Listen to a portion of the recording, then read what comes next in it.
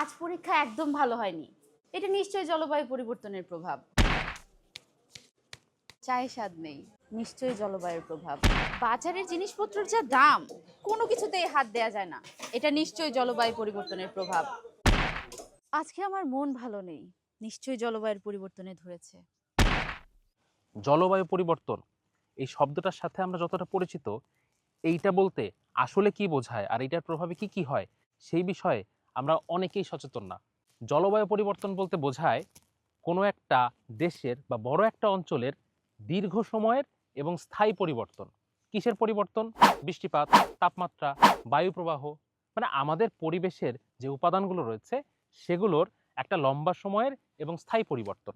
স্বাভাবিক জলবায়ু থেকে জলবায়ু যখন পরিবর্তিত হয় তখন পরিবেশের ওপর এর নানা রকম প্রভাব পড়ে।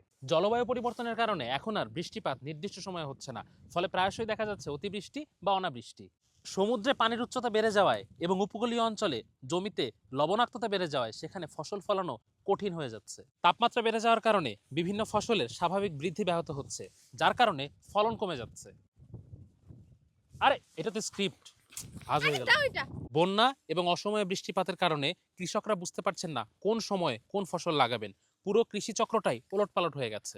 তাহলে কৃষকরা কি করবে? কৃষকদের এই প্রভাবগুলো সম্পর্কে সচেতন থাকতে হবে, জানতে হবে কিভাবে এই সমস্যাগুলো মোকাবেলা করা যায়।